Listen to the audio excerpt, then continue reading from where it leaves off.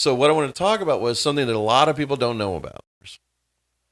What was originally going to be the sequel to Star Wars? Before Empire Strikes Back, before the film was a success, what happened was the the film company's like, well, we need a novelization, a paperback version of the movie, and we want to credit it to you, but we're gonna have a ghostwriter. So they hired this sci-fi writer who writes like 20 books a year named Alan Dean Foster. We met with George several times and he was writing it, but he knew he wasn't going to get his name on the book. And so he's like, well, they want to publish this novel months before the movie comes out. It came out at Christmas of 76 before anybody had seen the movie.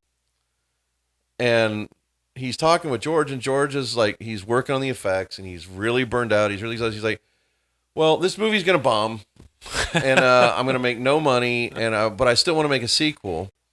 And he goes, so I have an outline of an idea. Do you want to write it?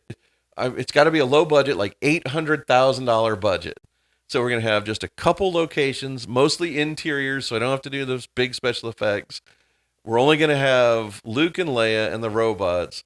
I don't want that Han Solo. The guy who played him didn't want to be in the movie, doesn't want to do the sequels, so I'm not going to force him. We're just going to write him out, and then Darth Vader's going to be only in a couple scenes.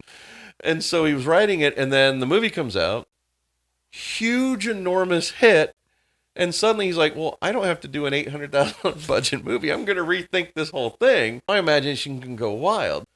So, but Alan Dean Foster's like, well, what about this thing he wrote? He goes, well, I'll tell you what. Why don't you publish it as a novel, and this time I'll take no credit for the work I did on it. You get all the credit on this one. And so the only novel that had Luke and Leia and Darth Vader in it between 1977 and 1993 was this one. Because George had written the story, but he took no credit for it because... Interesting. And it was called Splinter of the Mind's Eye. And it just became a fascinating moment in history to where this, what could have been, what was supposed to be the sequel to Star Wars, is Splinter of the Mind's Eye.